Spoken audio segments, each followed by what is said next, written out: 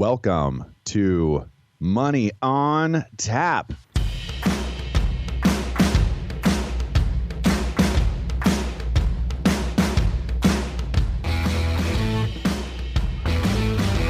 Money on Tap, your personal finance headquarters, where we bring out the professionals' experience and some fun in what we call three-dimensional investing, utilizing insurance, brokerage, and fee-based planning.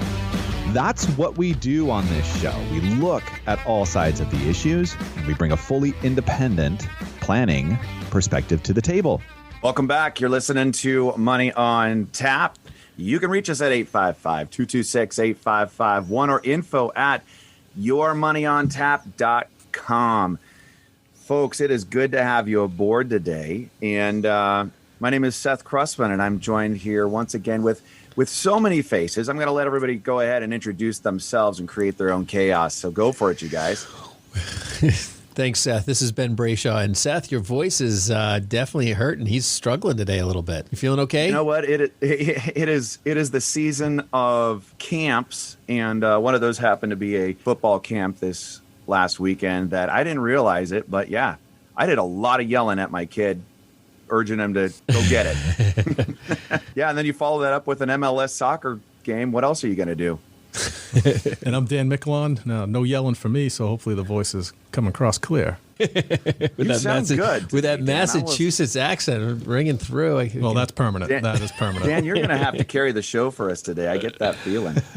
Yeah, and last but not least is Anthony Scola, and I guess I've been told to speak up, so I don't have any excuse for why my voice might not be loud and clear. So you have also been told to just say Tony, since that's what everybody knows you as, anyways. Apparently, your wife, said my mother. There's no Anthony. Yeah, they got a bunch of names for Tony. We just only use that one on the show. I was afraid my mother might be listening, and she would not recognize me otherwise. Well, I'm excited about our show, guys. I mean, I think this show is going to be interesting. I'm really glad that Dan and Tony are here today specifically to talk about what we have in front of us, which is the 12 biggest pitfalls in retirement.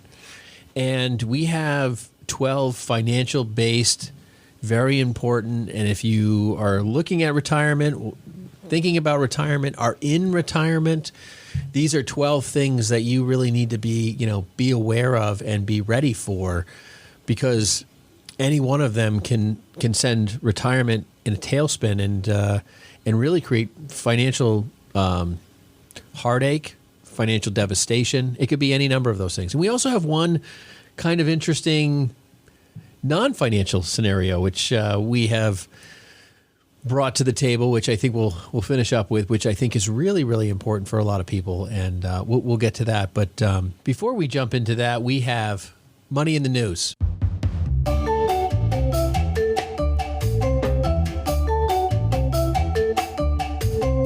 First up this week, folks, it's all about Tokyo. Guess what? The Olympics are scheduled, and they're going to apparently still stay on track. There will be an Olympics this year, but apparently this is going to be running to the tune of around a $20 billion deficit off of what they were anticipating as far as being able to, get the locals and everybody there into these arenas and pay for these tickets and finance all of the infrastructure that they've been pouring into in Tokyo. I'm actually really... Listen, I know everyone's running scared, but if you want to go to the Olympics and contract COVID and that's your risk and you want to be there, let them be there. Why go under, why choose to make the loss the loss? I mean, there's a lot of people who have spent their entire life trying to get there. And, there's people that have been coaches or aunts or uncles that have been cheering them on and supporting them or whatever. That this is a big deal. This is a global event. I mean, quarantine in, quarantine out, whatever you got to do it. But let people go. Let them enjoy the time. Lock down the Olympic Village. And yeah, I think they're doing that. I mean, I think hopefully all the athletes that are qualified are still going to do it and realize their life's dreams and all that effort and work they've been putting in forever, and their families supporting them. This is definitely their moment. It feels like it's a shame though. It's going to be in front of an empty stadium. All of that, the viewership and the camaraderie and the nationalism and the pride for your country. it's going to be a TV only experience. Well, I think about football or any of the number of sports I've not watched for the last 12 months in my individualized protest. But that being said, hearing that they're simulating fan noise and stuff like that, and because for the football players, the pro football players, I saw one interview, they were saying it's almost like an abbreviated practice, with it. Well, and as it was pointed out before, not to ruffle any feathers of any other sport fans out there, but Florida was one of the first states to come out of quarantine, so to speak. And you look, they won the Super Bowl, the Stanley Cup. The fan support matters. It does. Remember hearing a lot of the Celtics players talking about the return to the court. It was literally one night they had a game in front of nobody, and the next night the stadium was full, or 50% or whatever the capacity number was. But the players that tell you that there's absolutely an emotional pickup you get, and it picks up the adrenaline and the effort comes out, and it doesn't feel like a practice now that they really feel like they're competing. Yeah, no, I think. Oh, go ahead. Yeah, so many different perspectives. One of them that got highlighted this by Miss Tobe said, we might be better off without the Olympics. At least that would eliminate one risk factor for the spread of the infection. So, I mean, that's definitely one side of the fence that somebody would take as far as let's just go ahead and not have Olympics and then everybody stay home until, everybody's well. Like there's no, the whole world, right? The whole world needs to make sure that they're okay before we move forward with anything else. That's how I took that. That's not a popular, I'm not saying that's my my perspective, and it's definitely not a popular one, I'm sure. It's going to be a long time. It's going to be a long wait. But what's interesting, and I think is really the concern driving it locally there in Japan, is that 80% of the population that actually lives there and is about to receive this massive international influx, they don't want it. They clearly, the majority statement is 80% of the population there wants the games canceled. Whoa, I did not even see that. That's scary. That's interesting. Well, so once again, we're forcing our agenda on them, I guess. TV money. Yeah, because it's definitely the U.S. that has made this whole thing happen, I'm sure. Well, the expenditure, they got $20 billion spent on this thing already. And, the expectation was, that there's always a massive windfall for the local restaurants and businesses and all the entertainment outlets. And they contributed about $3 billion in sponsorship money. But they've come to realize that that's sunk money, that they will not get any of that back.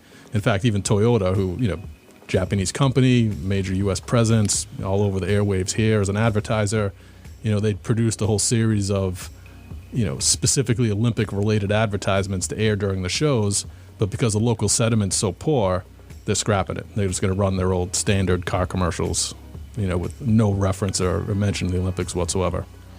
Yeah, it's really kind of it's actually really sad. And when we were talking about do you want to bring up the women's soccer team? I know you do, so go ahead. Well, in addition to all that, you have that political aspect, I think, that Ben's referring to. And, those who may have recently seen that the women's U.S. soccer team, usually a powerhouse in events as such, got pretty much had decimated, their butts handed to them by the Swedish team, 3-0 loss.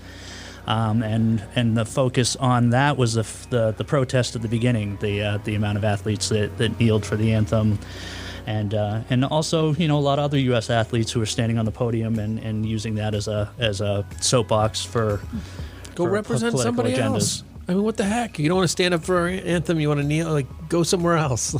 You're there representing the country. Right. Compete under another flag or don't compete. You know what? If anything, it only makes me appreciate their loss. And I'm a huge soccer Well, oddly fan. enough, the reviews on it was that a majority of the U.S. were happy to see them lose after the way they handled the anthem. When is sports going to figure it out?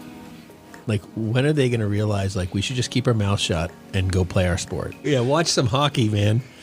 They get out there and play and get into any of this nonsense. I think the Olympic Committee, they banned the on-podium displays. They said, listen, you have your post-game news conferences, all kinds of opportunities, social media.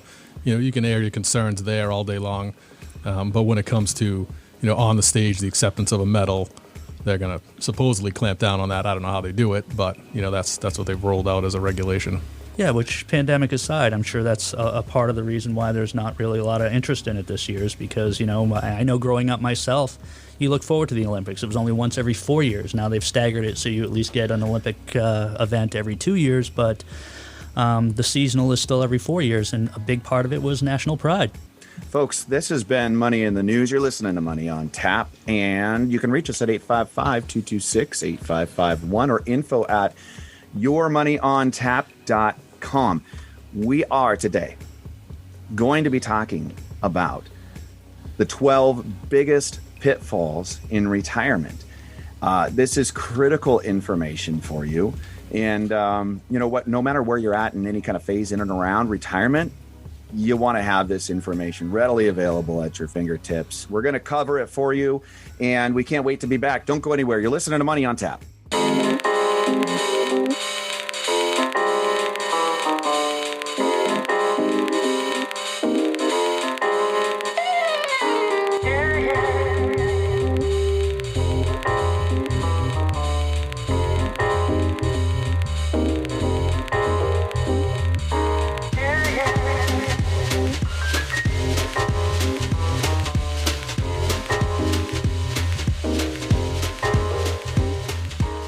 Hey folks, Seth Krussman, Brayshaw Financial Group is our company, and we bring to you Money on Tap. I say we, that's Ben and I. We have a lot of fun doing this show. And one of the things that we love about doing Money on Tap is that our goal for you to have access to the financial planning world. How do we think? What are we doing? What are we talking about? Raising the bar of your financial education. It's so critical. And that's what we're doing here. The other side of this is as well, we're financial planners.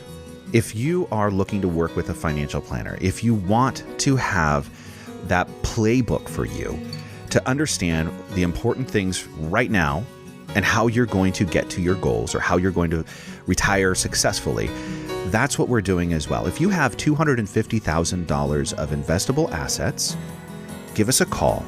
It's free to you, and it is worth your time to pick up that phone and give us a call and discover what complete wealth management looks like. Ben and I are excited about the opportunity to partner with you and give you that financial plan that's going to make the next step so much better understood and get you where you need to go. Now back to Money on Tap with Ben and Seth.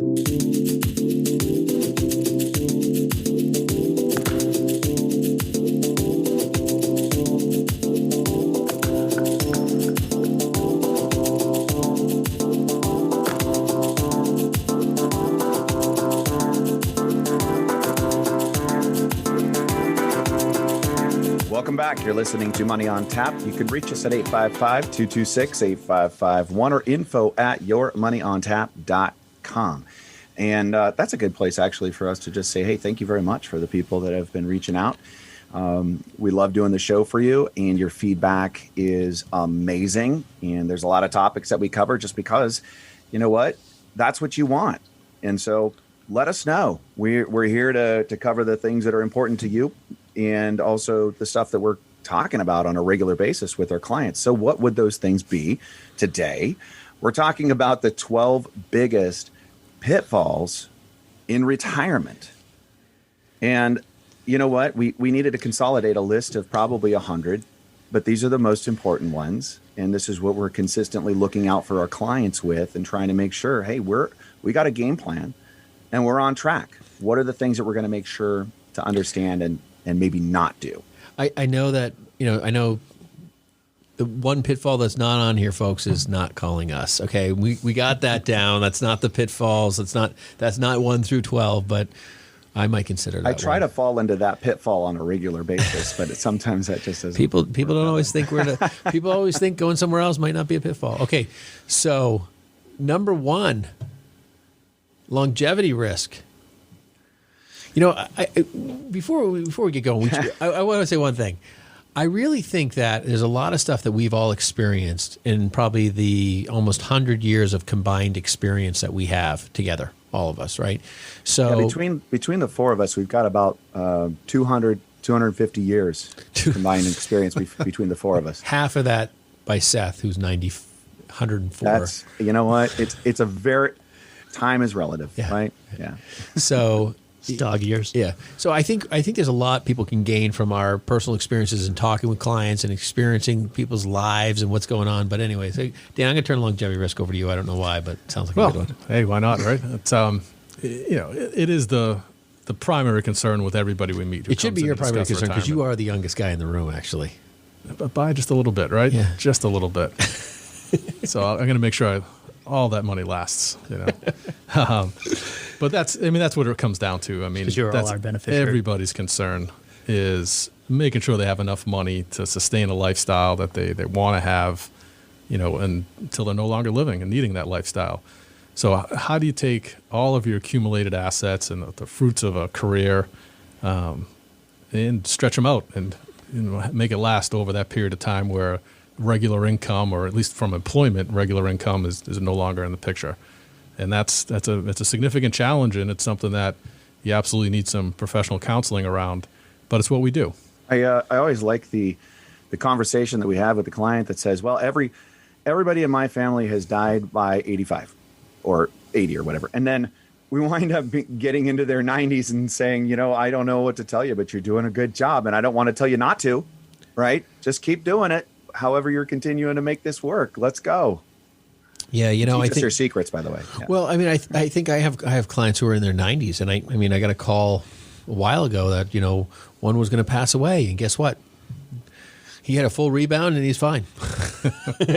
I mean, the daughter was crying in the hospital, and she's like, "We don't think he's going to make it through the night," and he's fine. He's home. He's laughing, making jokes. He's like, "Yeah, you all thought I was going to die and get my money," like all that stuff. But oh my God, yeah, that's why he survived. He's going to spend that last nickel and laugh right yeah, out. yeah. You can't have any of it. Well, and that's a risk. They say the certainties in life are death and taxes, but the challenge is that we don't know when that first one is going to take place. So I think that's the thing, right? Everyone plans for some sort of life expectancy, and they tell us, this is how long this is. But as planners, we have to plan for like almost an indefinite period, right? 110, 120 years. I mean, we could be that person who has that one client that lives longer than anyone ever expected to live. Oh, geez, I remember years ago, quite a few years ago, back when we worked together in the previous life, we had a speaker come in front of a group of advisors claiming that in the not-so-distant future, life expectancy was going to reach 140. Yeah.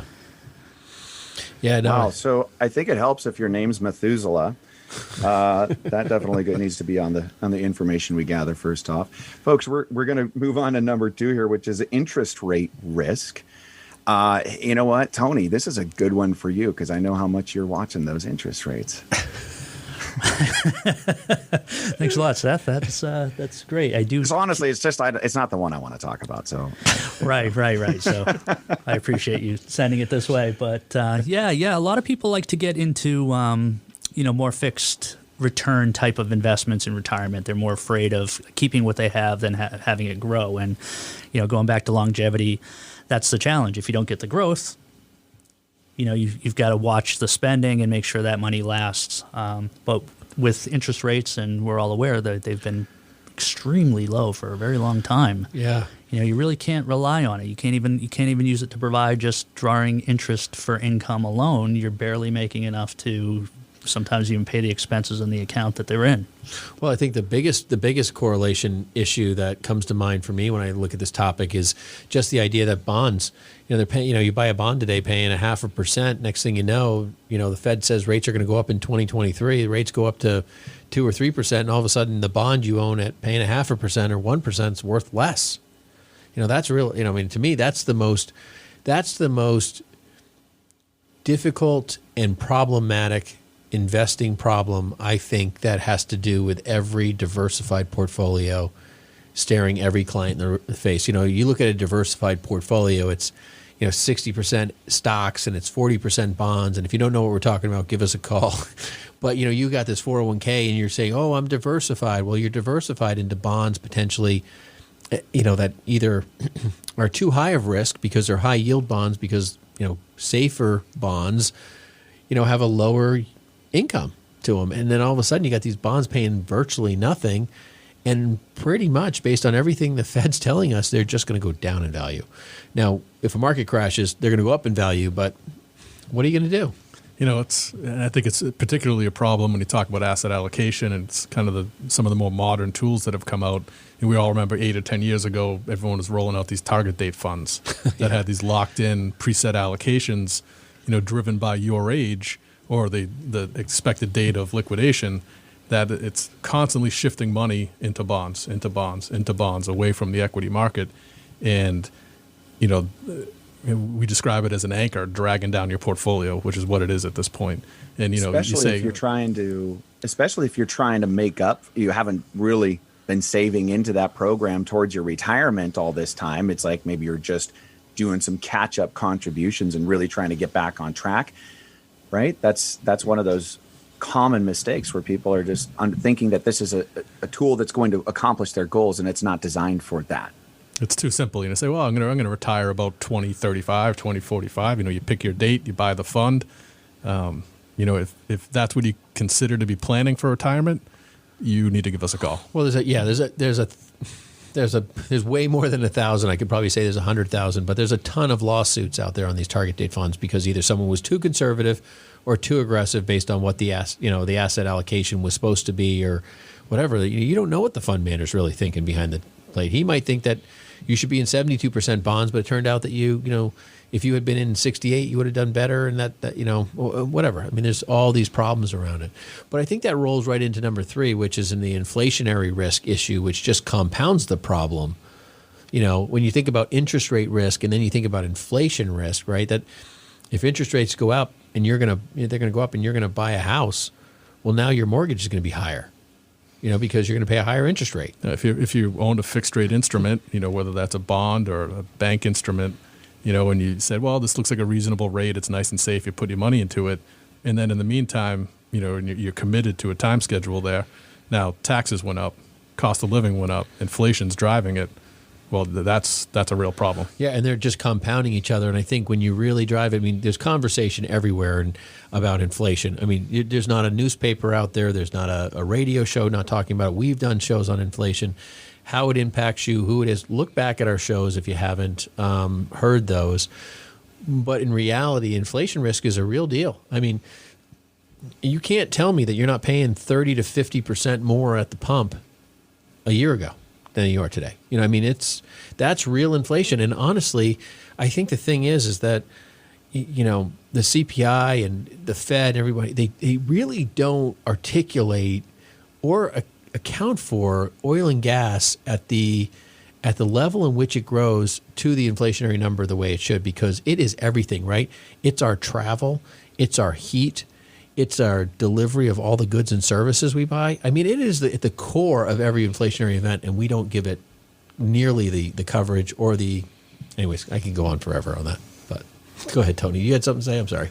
Well, actually, you touched exactly on that, and I was going to say that the first thing that had popped into mind, and I think everybody noticed, was the rise in the fuel costs and how that's really going to impact it. And as you mentioned, when you're more on a fixed income or dealing with low interest rates, and all of a sudden the cost of goods and services, your day-to-day, your cost of living expenses increase by, percentages that are far greater than you expected, it really creates a bad situation, especially in retirement. Yeah, I would say, and I would honestly topple on number 2 again a little bit to say, owning a bond, the only thing you don't want to hear is rates are going to go up, because that means what you own is old and not as valuable. And, so in stocks, hey, someone's going to raise the yield on their stock. Well, that's usually going to make the stock go up, and so in the bond world, it is the exact opposite.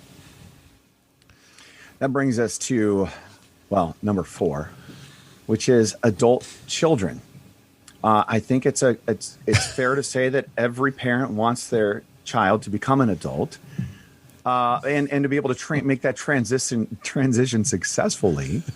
But adult children living at home is one of those places where people just, they didn't really anticipate that being an expense for their retirement. Let's just call it what it is. And there's several examples. The Millionaire Next Door. If you have ever taken a look at this book, it's good reading for anybody that wants to take a study of how successful people have done what they've done with their money, and continue to do that. And one of those lessons in that is about adult children, and maybe not even the adult children that are living at home still with them, but also just kind of continuing to feed the adult children finances. It's not like it's almost like a pension that some people have put into place for their kids. Well, the successful people continuously do not do this. It's just one of those, and I've had the conversation with many, many people, and it's a tough one, and it's sometimes painful, but if that's you, it is a decision. It's a decision that can be made. And ultimately, the benefit being that your children live much happier, healthier lives because they, figure out how to do this on their own. Yeah, I've had a number of clients who have, and adult children is not necessarily a bad thing, right? I mean, we kind of, it's like, oh, well, so-and-so is just not kind of come out of the basement yet. They're still playing Atari. Commodore 64. Yeah, exactly. So that's one scenario, right? But there's also the adult child who's special needs, right? So there's a whole nother piece of this too. And I think I think it's not necessarily a sarcastic, like Johnny won't get out of the basement scenario. There's a lot of people who are caring for children who are special needs, and that's something that adds a whole level of complexity and special needs trusts and stuff like that. We have attorneys that handle that kind of stuff. But there's adult children who just kind of have they've kind of settled in. Mom still does the laundry. She makes dinner. And they work. They work and they save their money too. It's just the way it is, but it becomes a cost. I did have one client though that the adult children were not living with them, but they were still a massive expense. He paid for an entire kitchen remodel at $40,000 for one of them. And I mean, he's a wealthy guy, but he was choosing to spend down his retirement funds.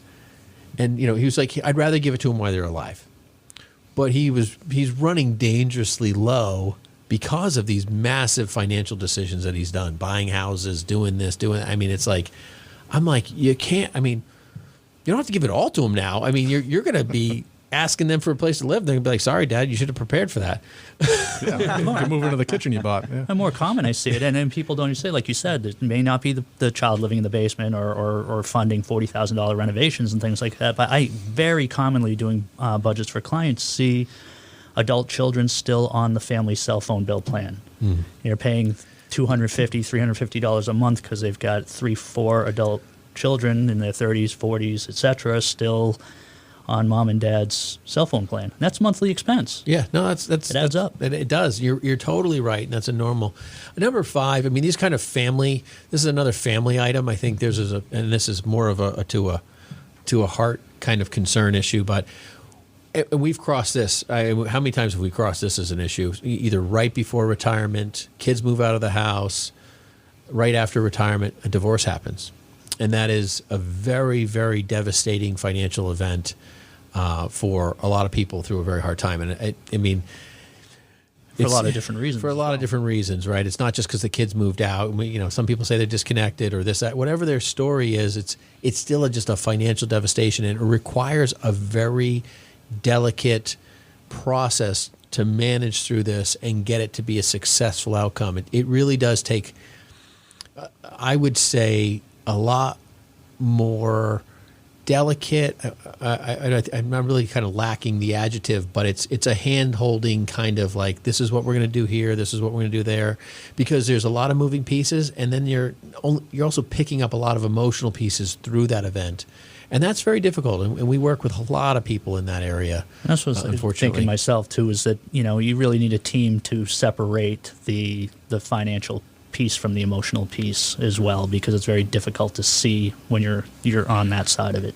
Yeah, and I have an attorney we work with, and we've worked with him a number of times for people who have gone through divorce, Christians and non-Christians, and trying to manage that well is a very complicated scenario. He's actually very, very talented. I hope to have him on the radio at some point. And if you're struggling with something like that, I mean, we're happy to talk to you in generic form and just kind of figure out if you need legal help or financial help. That's definitely a place to come.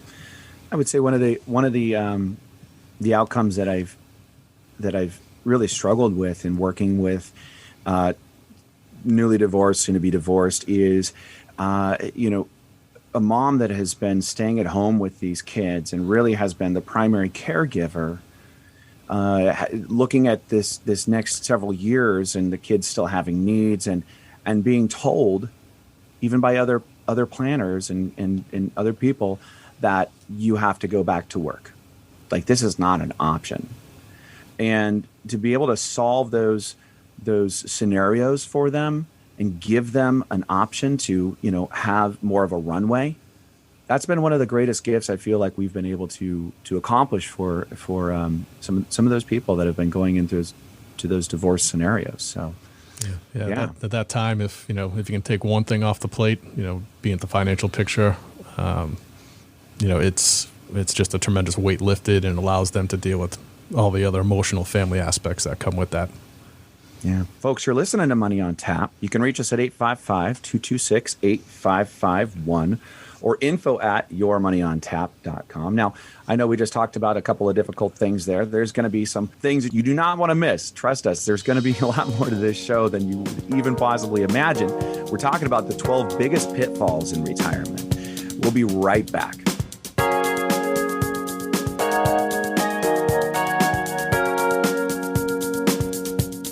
Call us today at 855-226-8551 and get your free consultation with Ben Brayshaw or Seth Krussman or any one of our partners and find out what's going on in your plan, your estate plan, your financial plan, or what you're planning at all, if nothing. Get it fixed, get it right, get it done today. Give us a call at 855-226-8551. Now back to Money on Tap with Ben and Seth. Welcome back. You're listening to Money on Tap. You can reach us at 855-226-8551 or info@yourmoneyontap.com. And today we are talking about the 12 biggest pitfalls in retirement. We've covered longevity risk, interest rate risk, inflation risk, adult children, divorce. You can find this podcast out there in any podcast venue if you're listening to us on the radio, so don't worry, it's still there, or just go to our website, it's there for you. Next up, though, we have elder fraud. And just to start the conversation, this is another one of those that is so sad when we see it, and sometimes really hard to detect even what's going on. I'd like to run with this really quick because I had this happen recently to a client. She's a widowed lady, older. She called me and she said, "Hey, I'm going to have some money to send you. I'm selling a timeshare. It's going to be great. So I'm going to make a bunch of money off of it. And it's in Mexico. It was where the timeshare was." So long and short of it, I'm talking to her and we're having some conversations, and she's telling me that she has to send the tax to the attorney, the law firm in Mexico, and she's working with an attorney here in the U.S. and but they have to send the tax first before they can send the money out of the country because they won't, in fear of not collecting the tax and so forth. I said, whoa. You haven't received anything, and they want you to send them more money. Her attorney didn't do the work to verify the firm. All the pieces just sounded horrible. I literally said, don't send a penny, because she was looking for money out of her account to offset the taxes. And I think she's out a few $1,000s, and she's dealing with her attorney because of his failure to properly do his due diligence.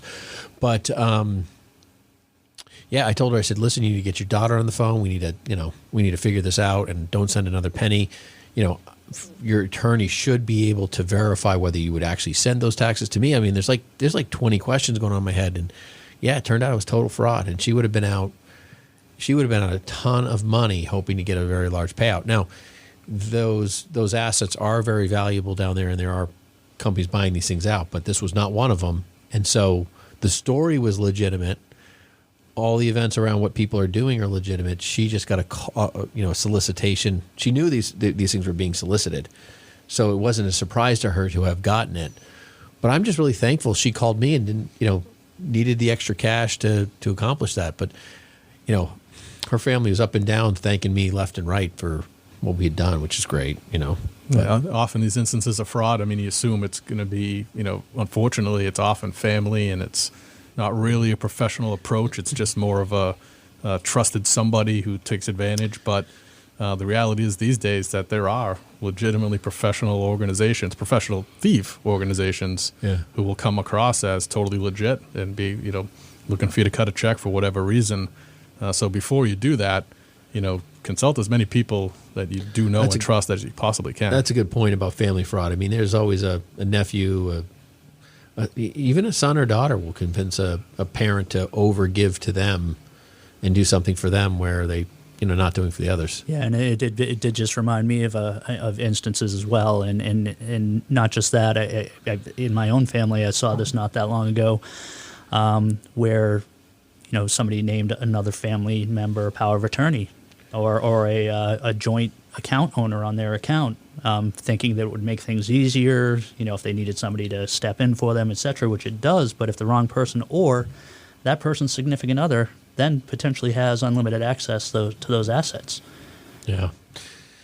It's a very dangerous area. Number 7 on our list, which is really kind of like top of our conversation, probably not top of every one of our listeners' conversations, but it's definitely out there. Tax rate risk in retirement. I think that's a big one. Seth, you want to take that?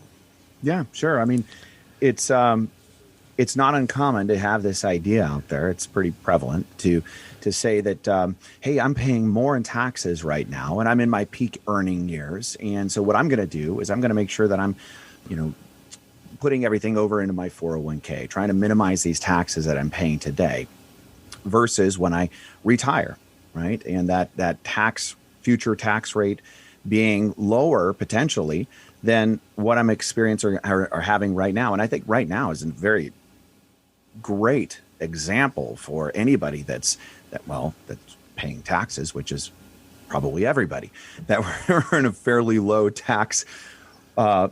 taxability place. We're paying some of the lowest taxes that we've ever experienced in any of our lifetime.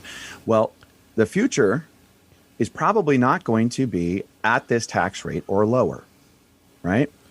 It's probably going to wind up being higher. Now, whether or not the income that you're taking in retirement is qualified to be taxed at whatever those rates are or not, that's debatable, right? This is something that we just don't know.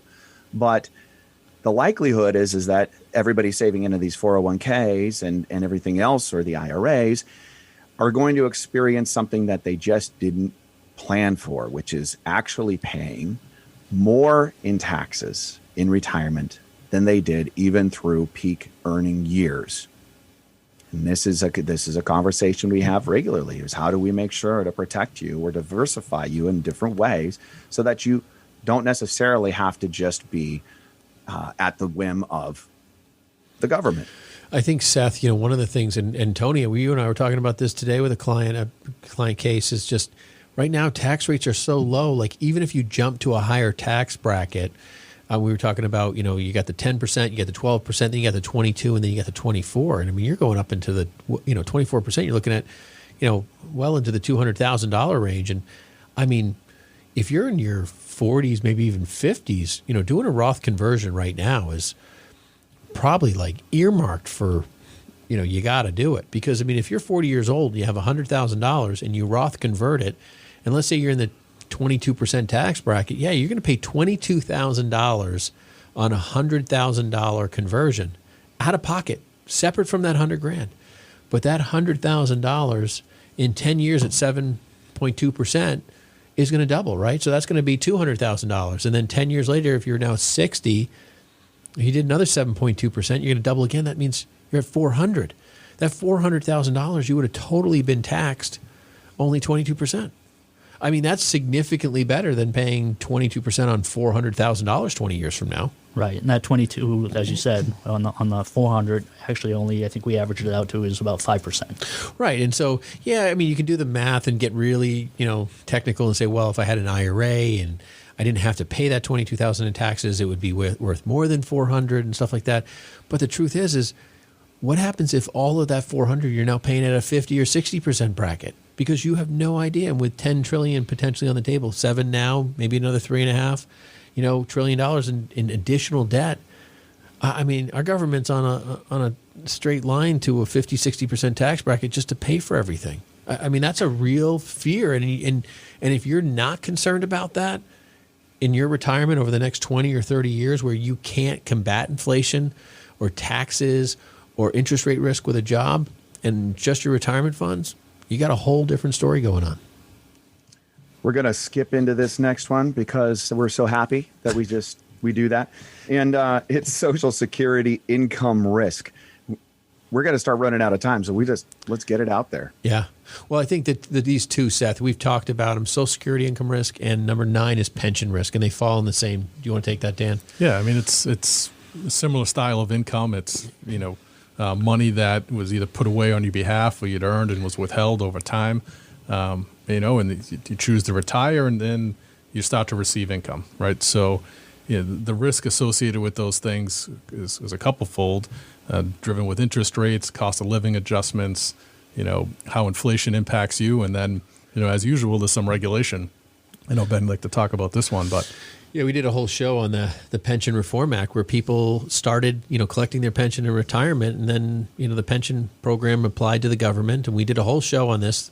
The 2014 Obama Pension Reform Act allowed them to lower the pension payouts of people who are already retired. So how many people with, 38% of America retiring over, from the last 20 to this 20 years coming up are going to be demanding their money from their pension programs that are just going to break the bank on these things. And they're going to say, hey, listen, we can't afford. It's just a matter of time before it's a single employer pension reduction. And if you have a pension and then you're counting on that for retirement, you should call us and go through the numbers, because there's other solutions that might be able to solve your income problem. You're listening to Money on Tap. You can reach us at 855-226-8551 or info@yourmoneyontap.com. And when we come back, we're going to wrap this show up with a few of these items that we think are so critical. And actually, we're glad that you stuck around, because this is some of the best stuff that you're going to get today. We'll be right back.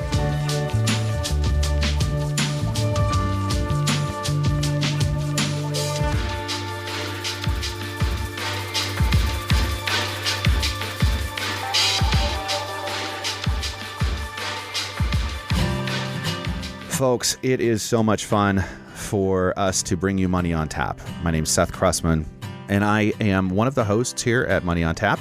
I'm also a financial planner. That's what we do. That's what Ben and I do. And the fun part is we get to have this radio show. We talk about important things that we think you need to listen to and be aware of to help raise the bar as far as your financial literacy. It's a big part of what we're trying to do here. The other thing that we're doing here as well, as financial planners, we are welcoming you to come and call us and to join us at Brayshaw Financial Group. Experience what complete wealth management looks like. Let's take a look at all sides of the issue, get a three-dimensional perspective, and put a plan around your next step. It's so critical. And so many people just leave this part out, and then they find out later, oh, if I only would have known. Hey, don't let that be your story. Give us a call at 855-226-8551 or info@yourmoneyontap.com. If you have $250,000 of investable assets today, our plan is free to you. We think it's important for you to know the facts and have a playbook so you can have a successful retirement. Give us a call at 855-226-8551. Thanks for listening. Now back to Money on Tap with Ben and Seth.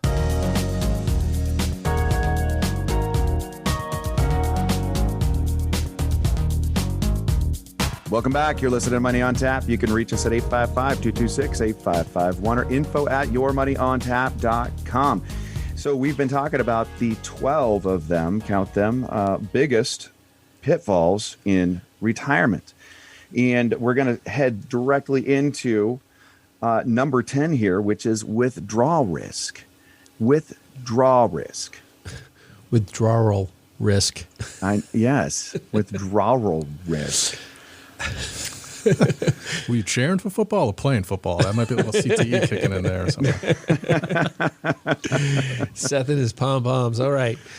Okay. Withdrawal risk. I mean, this is one of those core items. I mean, I think when I think of withdrawal risk, and we were talking about this item and the idea that people don't take their money out of retirement either in a healthy way or either in a controlled, mechanical way.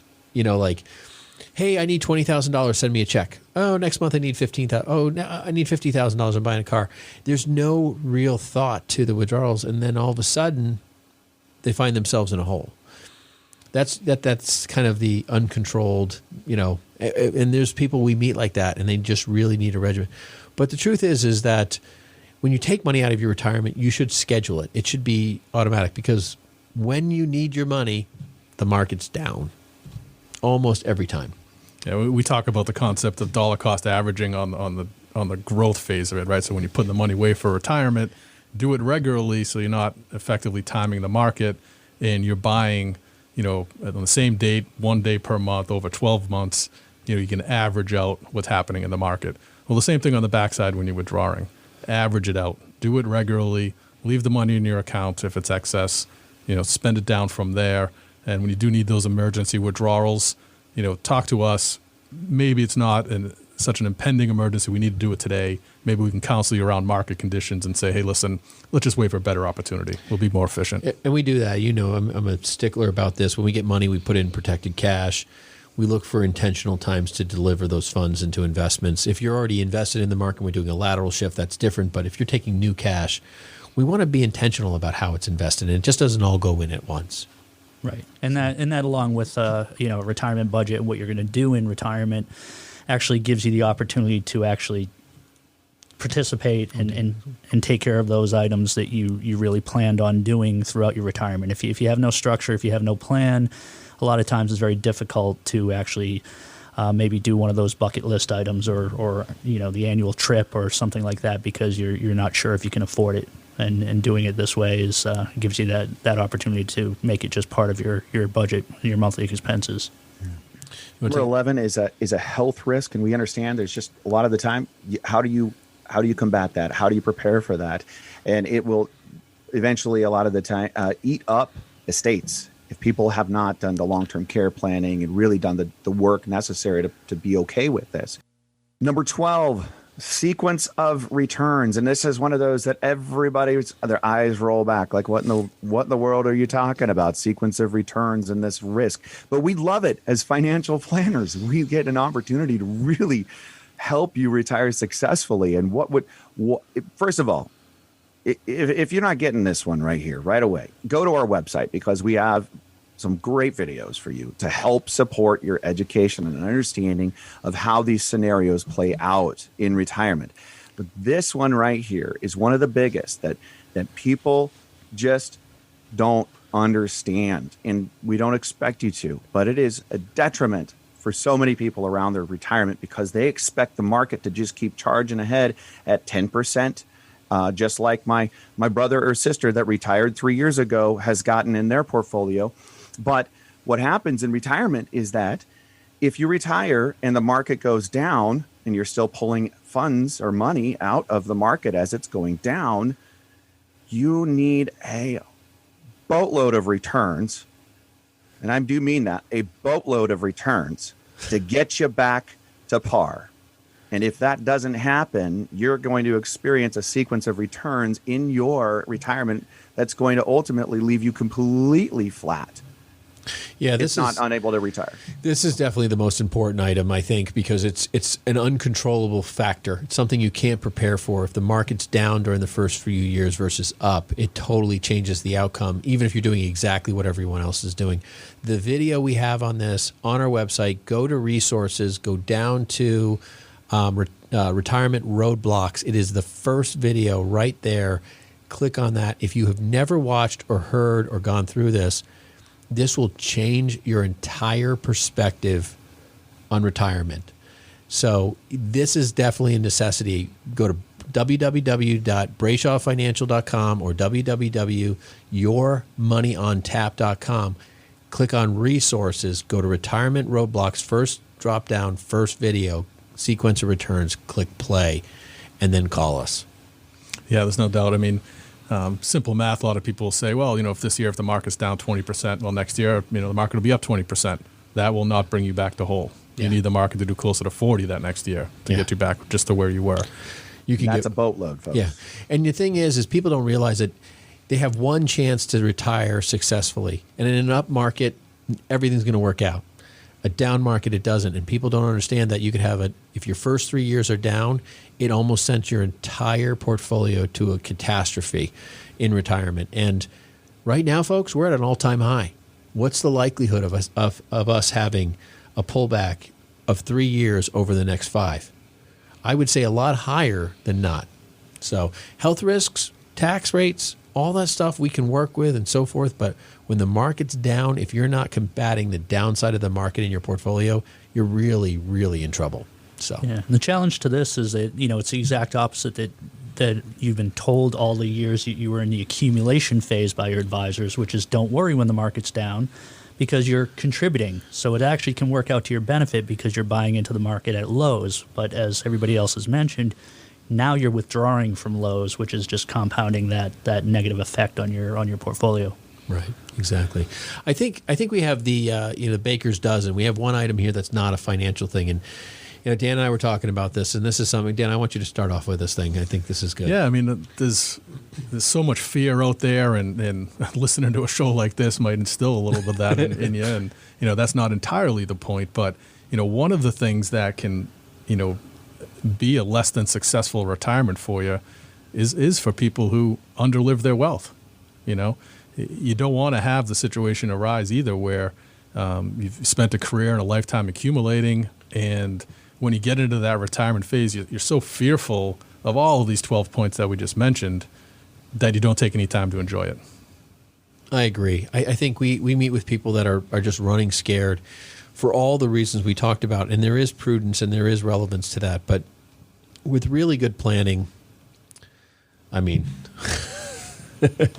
with good planning and good forethought, you can mitigate most of these, and we can get to the point where you could really live within your wealth and not underlive, not feel like you're sacrificing and suffering and not enjoying things the way your friends are or the people next door, like they're doing this trip or that trip. And I just want to do one trip. I just want to go one place. I just want to visit my daughter or my granddaughter. I feel like I can never see him.